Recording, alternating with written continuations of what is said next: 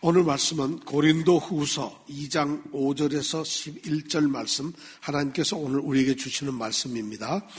다 같이 일어나셔서 오늘 말씀을 우리가 한 목소리로 오늘 말씀을 읽도록 하겠습니다. 다 같이 말씀을 읽겠습니다. 근심하게 한 자가 있을지라도 나를 근심하게 한 것이 아니요 어느 정도 너희 무리를 근심하게 한 것이니 어느 정도라 함은 내가 너무 심하게 하지 아니하려 함이라. 이러한 사람이 많은 사람에게서 벌 받은 것이 족하도다. 그런즉 너희는 차라리 저를 용서하고 위로할 것이니 저가 너무 많은 근심에 잠길까 두려워하노라.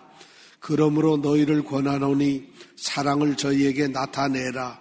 너희가 범사에 순종하는지 그 증거를 알고자 하여 내가 이것을 너희에게 썼노라. 너희가 무슨 일이든지 네게 용서하면 나도 그리하고 내가 만일 용서한 일이 있으면 용서한 그것은 너희를 위하여 그리스도 앞에서 한 것이니 이는 우리로 사단에게 속지 않게 하려 함이라. 우리가 그 괴계를 알지 못하는 바가 아니로라. 아멘. 오늘 말씀은 고린도 교회 안에 근심을 끼치는 사람이 있다는 말씀입니다. 오늘날도 그렇습니다. 교회 안에 문제를 일으키는 사람이 있어요. 우리 뉴욕에서도 그렇고 한국에서도 세계 어느 교회든지 하나님의 말씀이 살아있고 그리스도의 십자가로 세워진 그 교회 안에 정말 거룩하고 화합되고 하나가 되어야 할 교회 안에 교회의 문제를 일으키고 성도들의 마음을 아프게 하고 공동체 전체를 근심케 하는 그런 사람이 있다는 겁니다. 오늘 교회가 바로 그런 이야기를 하고 있습니다. 여러분들도 우리 들어보기도 하고 또 그런 일을 당해보신 분들도 있을 거고 그런 일을 당한 사람을 알기도 하고 그렇습니다. 그렇다면 교회 안에서 교회의 문제를 일으켰던 사람에 대해서 교회는 어떻게 해야 될까요? 교회의 문제를 일으켰어요. 그것이 작든 크든 아니면 교회를 흔들 만큼 엄청난 문제이든 아니든 교회에 만약 문제를 일으키는 사람이 있다면 교회는 어떻게 해야 할까요? 오늘 성경 말씀이 우리에게 그걸 어떻게 해야 하는가 하는 방법을 우리에게 오늘 말씀을 하고 있습니다. 오늘 말씀의 시작 5절에 보니까 근심하게 한 자가 있다는 것이에요. 고린도 교회에도 근심하게 하는 자가 있었어요. 우리가 말은 근심이라고 하지만 고통스럽게 하고 괴롭게 하고 힘들게 하고 교회에서 화합을 깨치는 그런 사람이 있었다는 것이에요. 이 사람이 누군지는 오늘 성경 말씀에 보니까 이름을 쓰질 않았어요. 저는 참 바울 사도가 정말 사랑의 어떤 사도라는 것을 느끼는 게 우리 같으면 지금 바울 사도를 무척 힘들게 만든 사람일 거라는 거예요. 그런데 그 사람의 이름을 쓰질 않아요. 5절에 보면 단지 근심하게 하는 자가 있다. 6절에 보면은 이러한 사람, 이름을 절대 얘기하지 않아요. 그리고 7절에 가보면 차라리 저를 하고 이름을 말 안 하고 끝까지 그 사람의 어떤 상태를 지켜주는 거예요.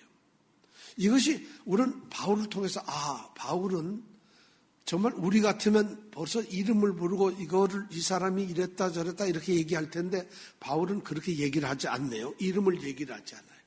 그리고 또 놀라운 것은 무슨 일을 저질렀는지도 얘기를 하지 않아요. 오늘 말씀을 보니까 단지 근심을 하게 하는 사람이다. 교회를 어렵게 하는 사람이다.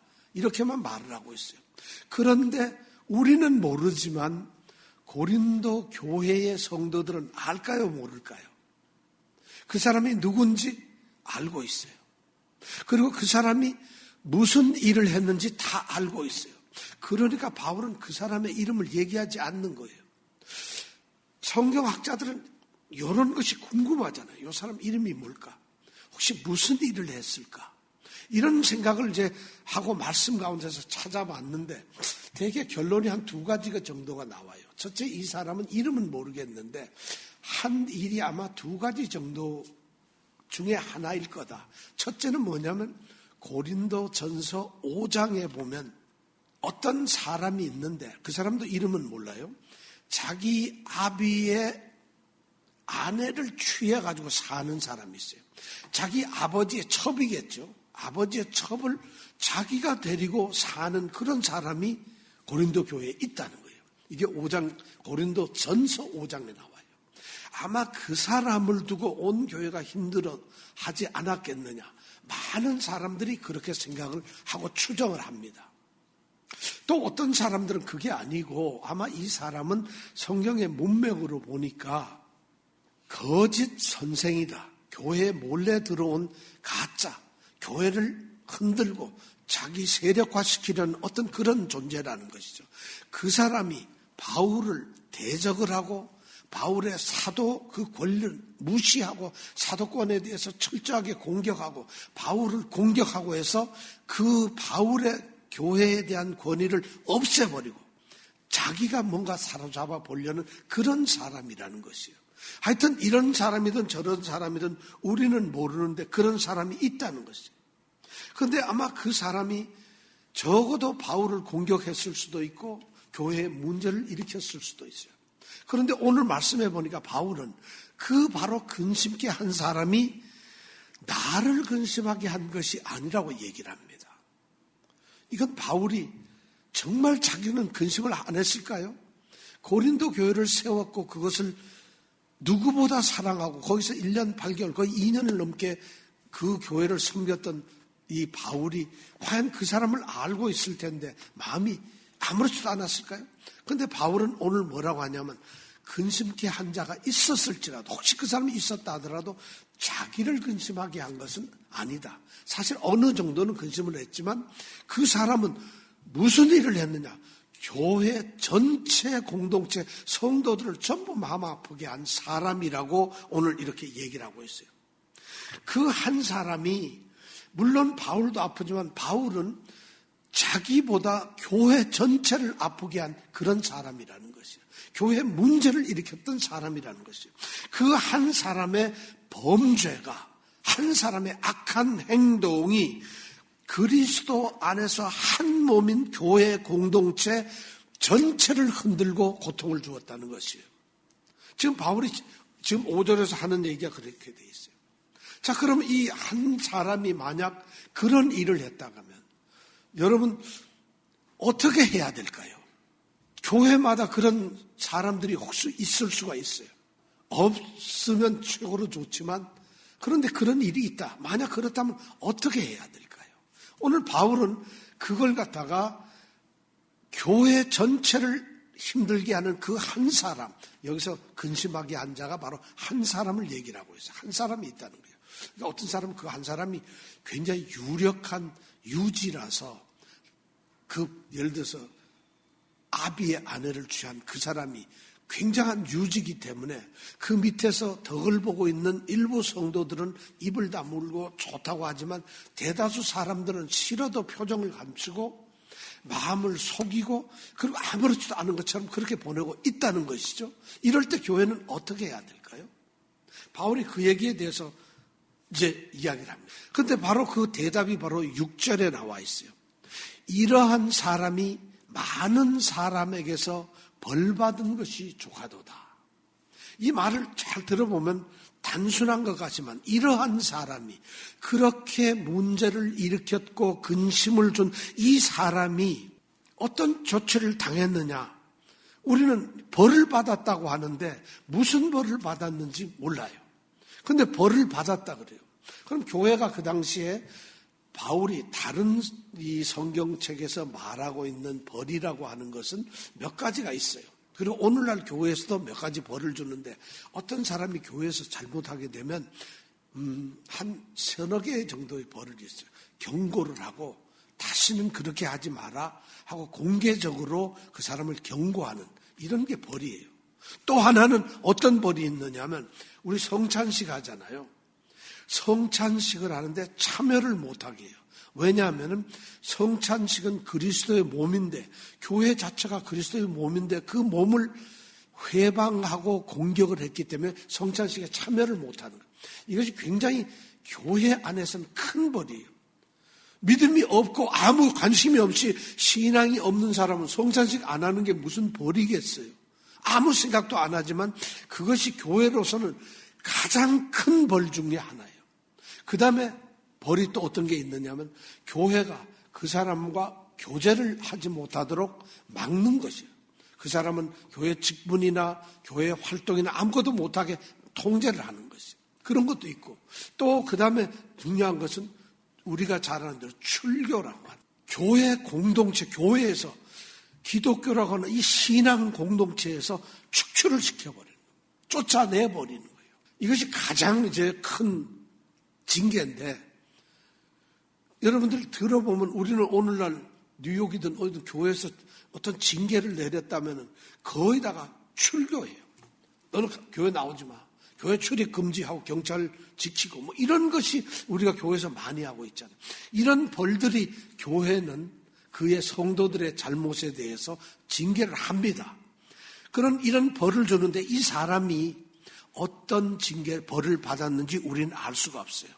그런데 우리가 하나 알 수 있는 것은 이러한 사람이 바로 이런 근심케 한 이 사람이 많은 사람에게서 벌을 받았다. 많은 사람에게서. 이 말을 우리가 잘 이해해요. 많은 사람이라는 게 벌을 받긴 받는데 이 사람에게 벌을 줄 수 있는 그 힘은 많은 사람에 의해서 벌을 받는다는 것이에요. 교회의 지도자가 벌을 주는 게 아닙니다. 어떤 유력한 사람이 그 사람을 벌을 주는 게 아니라 교회는 다수의 많은 공동체 성도들이 모두 많은 사람이 찬송을 할 때, 요새 말로 하면 다수결이 되겠죠. 그렇게 할 때 징계를 할 수 있다는 것이에요. 많은 사람에게서 이 사람이 벌을 받았어요. 징계를 뭔지 몰라게 받았어요. 그런데 그 징계를 받은 사람이 가만히 보니까 오늘 말씀 보니까 바울은 이러한 사람이 많은 사람에게서 벌 받은 것이 어떻다고요? 어떻다고요? 다시 6절에 보면 이러한 사람이 많은 사람에게서 벌 받은 것이 족하도다. 족하다는 게 무슨 말이에요? 충분하다는 거예요. 충분하다. 지금 바울이 그렇게 말을 하고 있어요. 충분하다는 것이 고린도 교회 성도들이 들으면 우리가 벌을 내린 게 그럼 충분하다는 말인가? 혹시 오해할 수 있는데 여기서 족하도다, 충분하다는 말은 바울이 왜 이 말을 썼느냐 하면 그 벌을 받은 사람이 무슨 벌을 받았는지 그 벌 받은 정도가 뭐 사형이나 무기징역이나 뭐 아니면 뭐 출교든 뭐든 이런 벌을 받아서 충분하다 이렇게 말하고 있는 것이 아니에요. 여기서 족하다고 하는 것은 무슨 벌을 받았는지 그건 불문하고 그 사람이 벌을 받아가지고 지내온 시간이 그 시간이 이제 충분하다 이런 뜻이에요. 그러니까 여기서 우리가 또 알 수 있는 것은 어떤 사람을 징계를 할 때 다수결의 원칙으로 징계를 하지만 또 중요한 것은 영원토록 징계하는 그런 벌을 받는 건 아니다는 것이에요.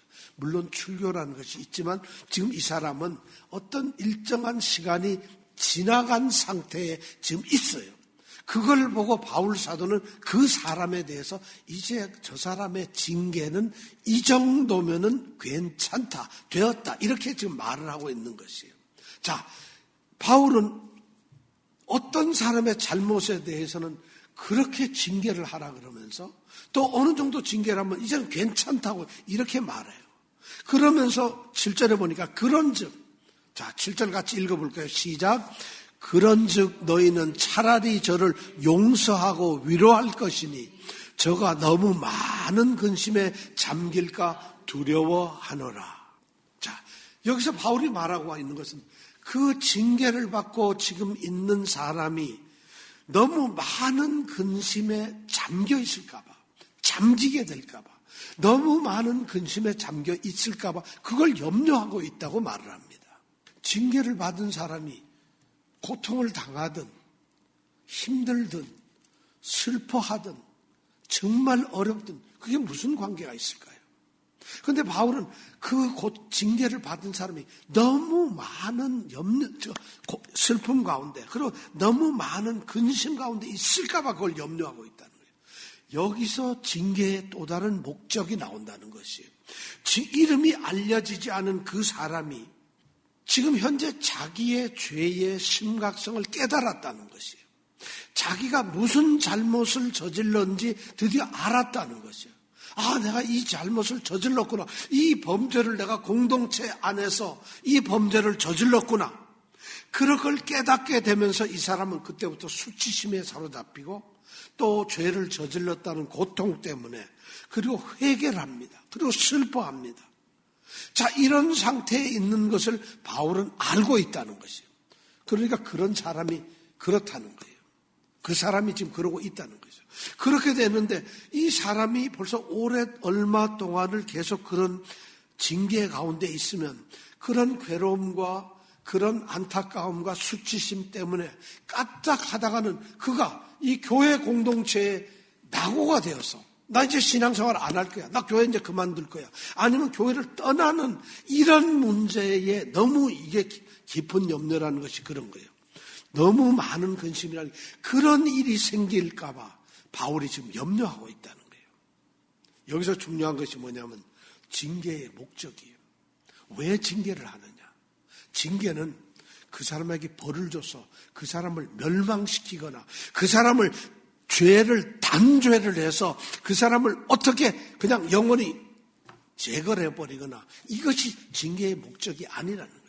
세상의 법정은 어떤 사람을 판결하고 할 때는 그 사람에게 벌을 내리고 그 사람에게 반드시 그 벌을 줌으로 인해서 벌을 느끼게 하는 이것이 목적이지만 교회의 징계는 그게 아니라는 거예요. 뭘까요? 그 사람을, 그 영혼을 그 사람이 실수로 잘못 판단해서 저질렀던 범죄에서 깨우치고 돌아오기를 바라는 거예요. 회복을 바라는 것이 이것이 바로 교회의 징계의 목적입니다. 징계를 위한 징계가 아니라 징계에 멈춰서는 것이 아니라 그 징계를 넘어선 용서라는 것이에요. 이것이 교회 징계의 목적이라는 것이에요. 우리가 오늘날 교회에서 보면은 징계를 해서 출교시켜요. 사실 요즘에 보면 출교되기 전에 먼저 나가버려요. 출교 때까지 뭐하러 기다려요. 막 범죄한다면 교회 안 나가면 교회가 없나? 딴 데 가면 되지. 자, 이 당시를 생각해요. 고린도, 지금부터 2000년 전에 고린도에는 교회가 막 무지무지하게 많았을까요?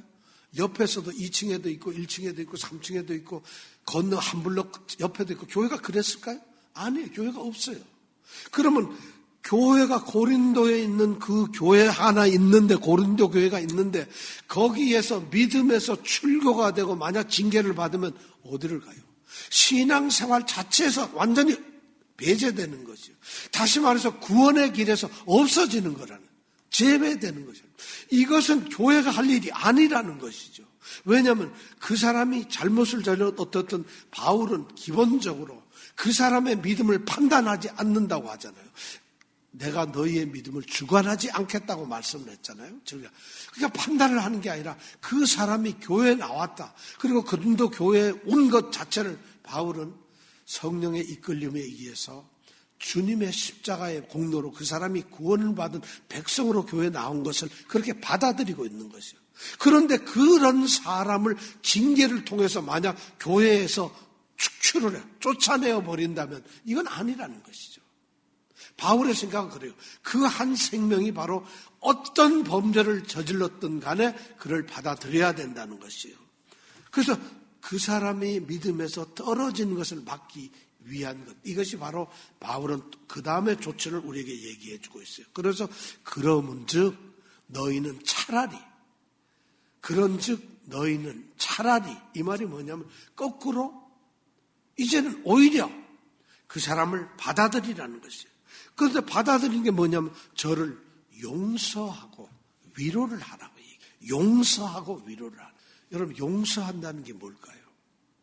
용서가 뭐 어떻게 하는 것이 용서일까? 용서하라고 하라고 했어요. 용서라는 단어는요. 예를 들어서 네가 잘못했으니까 알았어. 그렇지만 들어와. 너 모른 척하고 너는 그렇지만 찍어놨어. 너는 잘못한 자야. 이렇게 하고 그와 그냥 소위 말하면 안면을 안 트고 그냥 무시한 상태로 놔둔 이런 것이 용서가 아니에요. 그냥 아니면 겉으로 이제 됐어 돌아와요. 어서 돌아와. 이렇게 하는 것도 용서가 아니에요. 왜냐하면 이 용서라는 단어를 여기에서 바울은 특별한 의미로 쓰고 있어요. 이 용서라는 단어가 여러 가지 단어가 있어요. 용서라는 의미를 나타내는 단어가 헬라어에는 많은데 여기서는 카리조마이라고 하는 단어를 쓰고 있어요. 카리조마이라고 하는 단어는 이 카리조마이라는 단어가 어디에서 나왔는가 하면 카리스라고 하는 단어에서 나왔어요. 카리스에서 나와서 카리조마이라고 해요. 카리스는 뭔가요? 하나님의 은혜를 이야기할 때 쓰는 단어가 카리스예요. 카리스 하면 하나님의 은혜예요.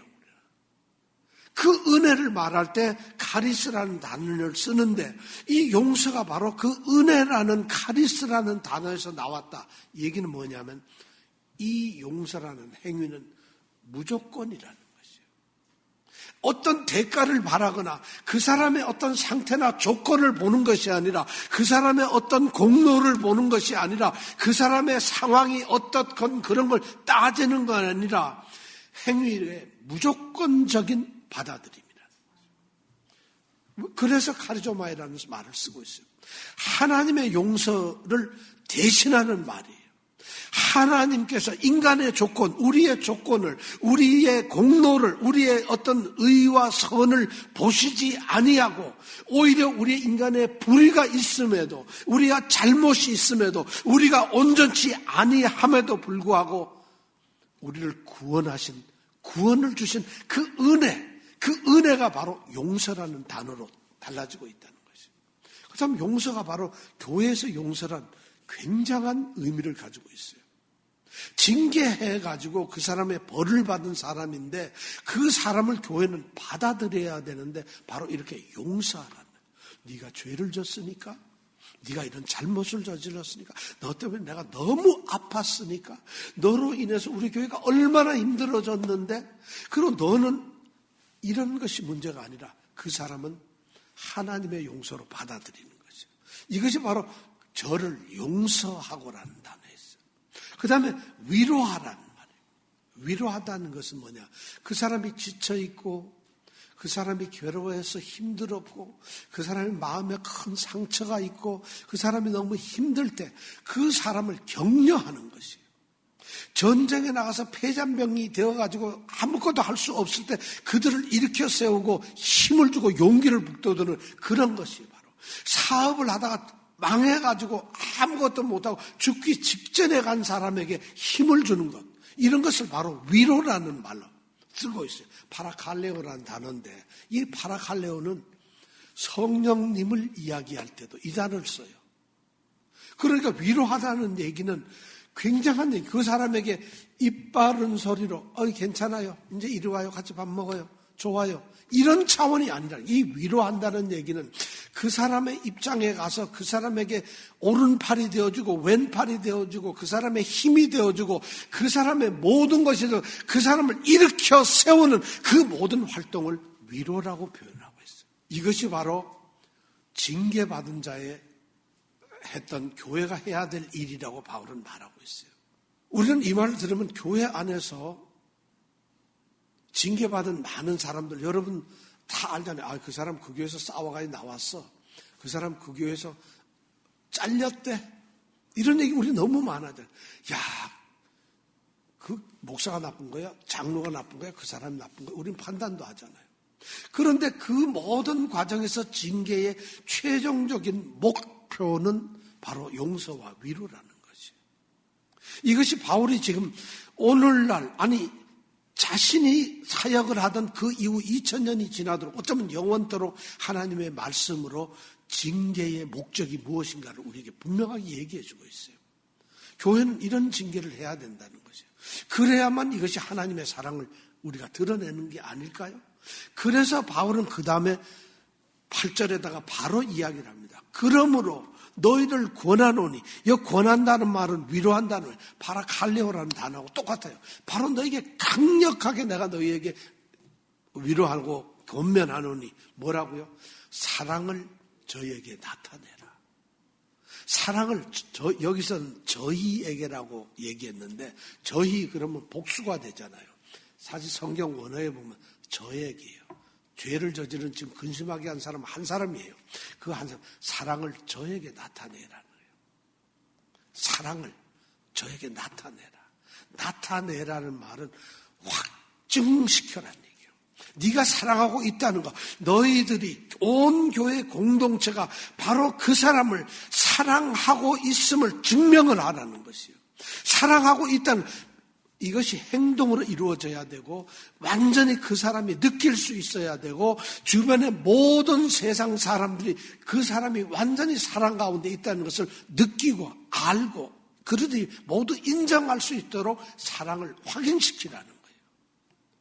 이것이 바로 사랑을 나타내라는 말이에요. 그런데 이 사랑을 여기다가 또 바울은 이 사랑이라는 단어를 많은 우정이나 이런 단어가 아니라 아가페라고 하는 단어를 쓰고 있어요. 그게 뭘까요? 하나님의 사랑이에요. 하나님이 너희를 사랑한 것처럼 너희도 그렇게 사랑을 하라는 것이에요. 그런 사랑을 나타내라는 것이에요. 하나님의 사랑을, 그리스도 예수의 사랑을 나타내라는 것이에요.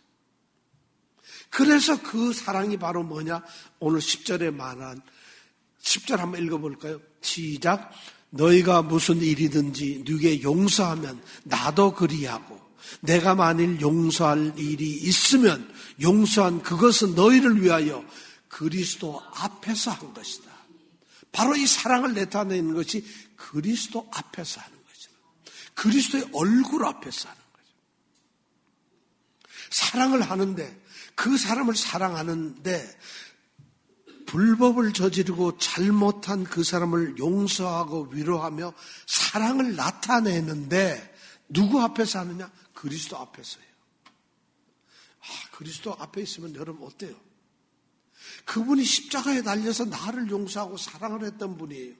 그분이 자기의 목숨을 버려서 나를 죄 가운데 죄인으로 죽을 수밖에 없는 나를 목숨을 버려서 살렸던 그리스도가 옆에 있는데 그리스도 앞에서 저를 사랑하라는 거예요. 엄청난 사랑을 하는 것이에요. 우리가 교회 안에서 이런 사랑을 하라는 것이에요. 왜냐하면 사랑하는 사람끼리 사랑하는 거야 못할 일이 없잖아요. 그런데 교회를 힘들게 했던 범죄하고 근심케 했던 그 사람에게조차도 그리스도 앞에서 사랑하는 사랑을 하라는. 사실은 우리 크리스찬들이, 기독인들이 진짜 사랑하는 이 사랑이란 오늘 말씀은 그리스도 앞에서 사랑을 나타낸. 우리는 이것이 뭔지를 잘 몰라서, 아니 이것이 잘 느껴지질 않아서, 아니면 그게 너무 힘들어서인지 그리스도 앞에서 사랑을 나타내는 경우가 우리는 사실 많지 않아요. 입으로는 우리는 많이 얘기를 해요. 십자가 사랑, 노래로도 불러요. 말로도 많이 하고 우리는 지식적으로도 다 알아요. 그러나 여러분, 그리스도 앞에서의 사랑이라는 게 뭘까요? 한번 심각하게 생각을 해보세요. 진지하게 그리스도는 나를 어떻게 사랑했을까? 그리스도의 그 은혜와 그리스도의 사랑은 무엇일까? 한번 이걸 생각을 해보세요. 그냥 지식으로는 하나님이 우리를 사랑하셔서 독생자 예수 그리스도를 보내시고 그분이 십자가에 죽어서 우리를 죄를 위해서 죽으셨고 우리를 구원하시기 위해서 십자가에 죽으셨다. 우리를 위해서 죽으셨다.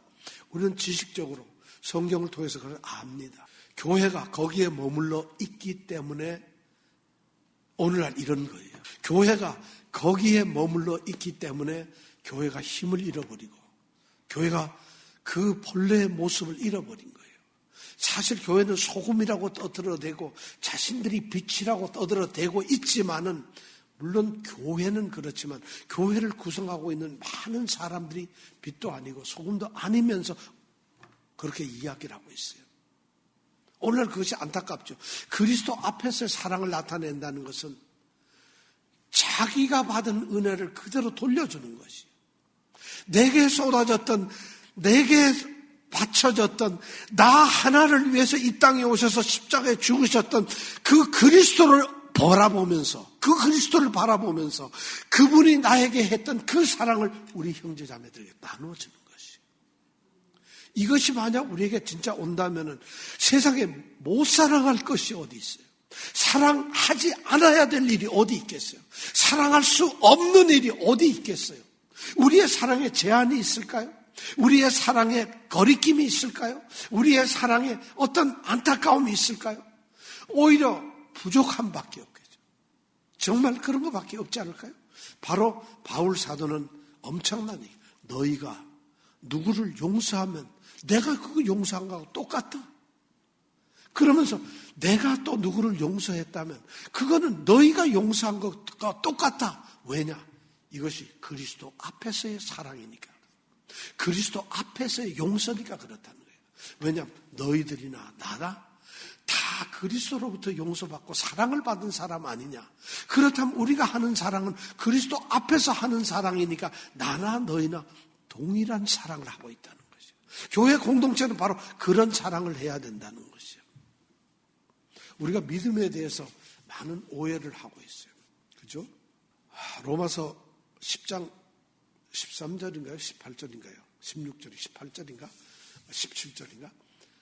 믿음은 어디에서 난다 그러죠? 믿음은 들음에서 난다 그러죠. 자, 믿음은 어디에서 나요? 들음에서 나면. 들음은 뭐에서 난다고요? 그리스도의 말씀으로 말미암았느니라. 이렇게 되어 있어요. 믿음은 들음에서 난대요. 그리고 들음은 그리스도의 말씀으로부터 나온다. 이렇게 로마서에 얘기를 하고 있어요. 우리가 믿음에 대한 오해가 바로 거기서 나오는 거예요. 듣는다는 게 뭘까요? 귀를 기울여서 무슨 말을 하는가? 성경이 무엇이라고 써놨는가? 오늘 설교는 무슨 이야기를 했는가? 예수님께서는 무슨 말씀을 하셨는가? 듣는 것을 말하는 걸까요? 믿음은 들음에서 난다 그랬으니까. 그런데 교회가 그렇게 알고 있어요. 그렇게 많은 사람, 믿음은 들으면서 나 설교 많이 듣고 성경 말씀 많이 읽어야 돼. 천만의 말씀. 천만의 말씀이에요. 그렇게 성경을 알고 있으니까 우리는 그리스도 앞에서 사랑을 못하는 거예요. 믿음은 여기서 들음이란 순종이에요. 듣는 것이 아니라 순종이에요. 왜냐하면 그 10장 17절 그 바로 앞에 말씀해 보면은 너희에게 말을 해 너희가 순종치 아니하였도다. 순종치 않았다고 굉장히 질책을 하고 있어요. 그러면서 이게 믿음은 들음에서 난다는 거예요. 다시 말해서 믿음은 순종에서 나오는 거예요. 순종에서 나오는 거예요. 주님의 제자가 된다는 것은 자기를 부인하고 자기 십자가를 지고 쫓는 것이에요. 이것이 바로 믿음이에요. 그런데 오늘날 믿음이 교회 나가는 걸로 믿음을 대체해버렸어요. 교회에서 헌금하고 봉사하고 성경 좀 읽고 선교도 가고 뭐 찬양하고 이러면 교회 생활을 하는 것을 믿음으로 얘기를 해버렸다. 믿음은 하나님의 말씀에 순종하는 것이에요. 철저하게 순종. 그래서 들음은 그리스도의 말씀으로 왔다는 것이에요. 순종은 바로 그리스도의 말씀을 순종하는 것이라. 이것이 바로 믿음이라는 것이에요. 그런데 바로 그리스도 앞에서의 사랑이라는 것이 그런 거거든요. 근데 거기까지 우리의 사랑이 가지 못하는 이유는 우리는 아는 게 많아서 그래요. 성경을 하나도 모르고 주님께서 우리를 사랑하사 십자가에서 죽으셔서 우리 구원했습니다. 오직 이것만 하나 딱 들고 만약 그 사람이 믿음을 가졌다고 해보세요. 그럼 그 사람은 어떻게 생각할까요? 우리하고 차원이다. 우리는 너무 많은 사랑에 대한 지식을 갖다 보니까 그걸 사변적으로 사고를 해가면서 우리는 그렇게 알고만 있어요. 그리고 그래도 되는 걸로 알고 있어요. 왜냐하면 교회가 그렇게 하고 있으니까요. 주님이 오늘 목숨을 버려가지고 구원해낸 우리 옆에서 우리가 서로 사랑하는 모습을 보면 어떤 마음을 가지실까요? 쟤네들은 본래 저래. 아무리 해도 되질 않아. 뭐 됐어. 그런 정도는 봐주지. 그러실까요? 아니면 야 그게 무슨 사랑이냐. 내가 그렇게 너희들 보고 사랑하라고 내가 너희를 위해 죽었니? 내가 헛죽었구나. 이러실까요? 우리는 몰라요. 그러나 우리는 알아야 될 건 그리스도 앞에서 사랑을 나타내는 것이라는 거예요. 지금 바울은 바로 징계를 받은 사람에게 이 얘기를 하고 있어요. 그러면서 9절에 그가 뭐라고 하고 있느냐면 9절에 보면 너희가 범사에 진짜 순종을 하는지 그 증거를 알자고 해서 내가 이 편지를 썼다고 얘기를 해요. 진짜 너희들이 용서를 하는지 진짜 너희가 위로를 하는지 정말 너희가 사랑을 나타내고 있는지 그걸 좀 알고 싶다. 그렇게 하고 있다는 거예요. 왜 알고 싶었을까요? 11절에 보니까 엄청난 거예요. 그건 바로 뭐냐면 우리로 사단에 속지 않게 하기 위해서 그렇다. 우리가 사단에 속고 있다는 것이에요. 그런데 우리는 사단의 괴계를, 사단의 그 음모를 이미 알고 있다는 것이에요. 사단의 음모가 뭘까요? 하나님의 교회를 무너뜨리는 거 아닐까요? 하나님의 사람들을 무너뜨리는 거 아닐까요? 하나님의 사람이 갖는 그 믿음을 없애는 것이 사단의 목적 아닐까요? 사단이 하는 일은 하나님의 사람이 안 되게 하는 것이에요. 하나님의 사람인 척하게 그냥 자기 만족을 주는 이것이 사단의 목적이라는 것이에요. 에덴 동산이 무너지는 이유는 바로 사단이 들어왔기 때문에 인간들이 교만해지고 자기가 뭐든지 할 수 있다고 생각을 하고 뭔가 탐욕을 가지고 있을 때 에덴 동산이 그렇게 황폐해지는 거예요. 무너지는 거예요.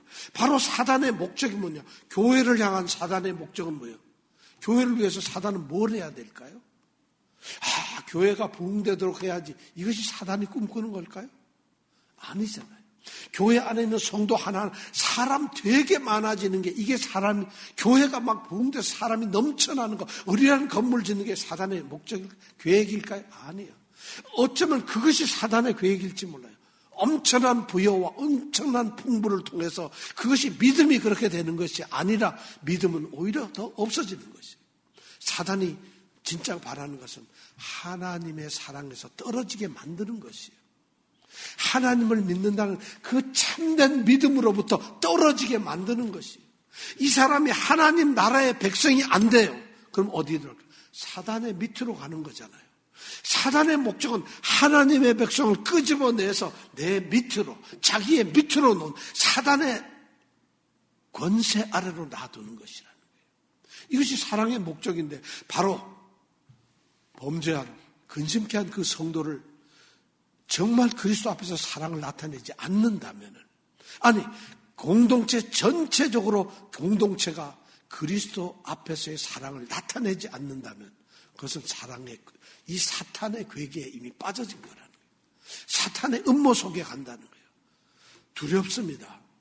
오늘 교회들을 보면 아니 하나님의 뜻, 우리 그리스도 예수의 사랑, 그리스도 예수의 계획이나 뜻이 있는 것이 아니라 사단의 계획 안에 있는 게 아닐까요? 전부 믿는 척하면서 사단이 아마 어쩌면 웃을지도 모르잖아요. 그만큼 심각한 거예요. 지금 그 얘기를 하고 있는 거예요. 징계라는 게 뭐냐? 바로 그렇게 사단의 계획을 깨뜨리기 위한 거예요. 그 사람이 넘어졌다면, 사단의 유혹에 빠졌다면 그 사람을 징계해서 다시 그리스도 앞에 사랑으로 끌어들이는 것, 이것이 그리고 사단의 계획을 무너뜨리는 거 아니겠어요? 징계만 한다면 안 되잖아요. 바울은 그래서 오늘 이 말씀을 우리에게 들려주고 있는 겁니다. 바로 고린도 교회를 향해서 그 얘기를 하고 있어요. 말씀을 맺습니다. 간단하게 결론을 한마디로 내면 이렇습니다. 하나님의 교회는 정말 거룩하고 순결합니다. 정말 거룩해야 돼요. 하나가 되어야 돼요. 정말 아름답고 건전해야 되고 진리에 서 있어요. 그렇다면 그 교회를 위해서, 거룩성을 위해서 징계가 필요합니다. 징계가 필요합니다. 그래서 우리 장로교는, 모든 교회들이 그럴 때 특별히 장로교는 교회가 교회되는 세 가지의 표시가 있어요. 첫째는 말씀이 있어야 되고, 두 번째는 성찬식이 있어야 되고, 세 번째는 징계가 있어야 된다. 교회가 교회다우려면 이 세 가지가 있어야 된다고 우리는 배우고 있어요. 말씀과 성찬식과 그리고 이 징계. 근데 교회가 기억해야 될 이 징계에 대해서 꼭 두 가지를 우리가 기억을 해야 돼요. 어떤 사실에 대한 너무너무 교회가 관용적이고 무책임하고 무관심해서 어떤 죄와 범죄를 그냥 무기를 해버리는 거예요. 그냥 모른 척하고 방관을 하는 거예요. 교회 안에 엄청난 범죄와 잘못이 있는데 너무 교회가 마음이 넓어가지고 그걸 그냥 놔둬버리는 거예요. 이것이 큰 문제입니다. 징계를 안 하는 게 문제예요. 두 번째는 너무 교회가 가혹하고 엄격하고 아주 너무 지독해서 죄인을 절대 용서하지 않는 거예요. 절대 용서하지 않아요. 징계는 필요합니다. 이 두 가지를 우리가 생각해요. 죄를 받아들여도 안 되지만 용서가 없는 징계는 안 된다는 것이에요. 그래서 교회가 그래야만 사단의 괴계를 이길 수 있다는 것이에요. 바울은 이미 교회 2000년 뒤에 오늘날의 교회를 내다보면서, 아니 영원한 교회를 보면서 교회가 가져야 될 그 모습에 대해서 우리에게 이렇게 말씀을 하고 있어요. 우리는 스스로를 한번 징계할 수 있을런가? 스스로를 사랑으로 용서할 수 있으려는가? 한번 우리 자신을 돌아보면서 정말 그리스도 안에서 사단의 꾀임에, 사단의 작전에 끌려가는 자들이 되지 말고 주님이 부르신 그 부름에 온전하게 세워지는 성도들이 되시기를 바랍니다. 기도하겠습니다.